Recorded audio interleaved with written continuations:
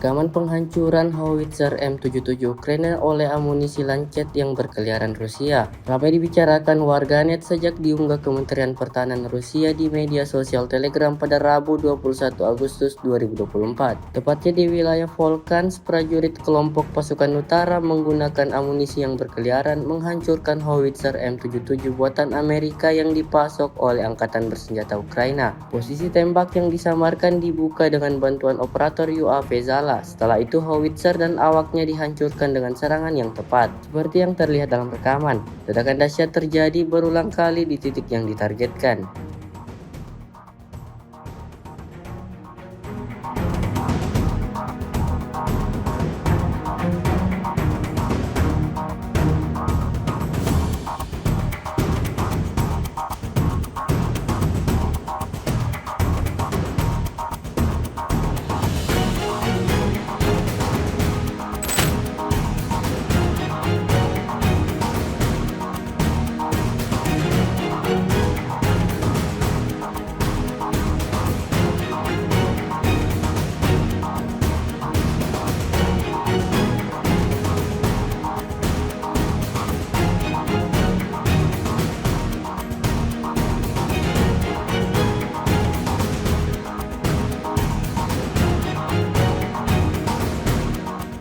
Download Tribun X sekarang, menghadirkan lokal menjadi Indonesia.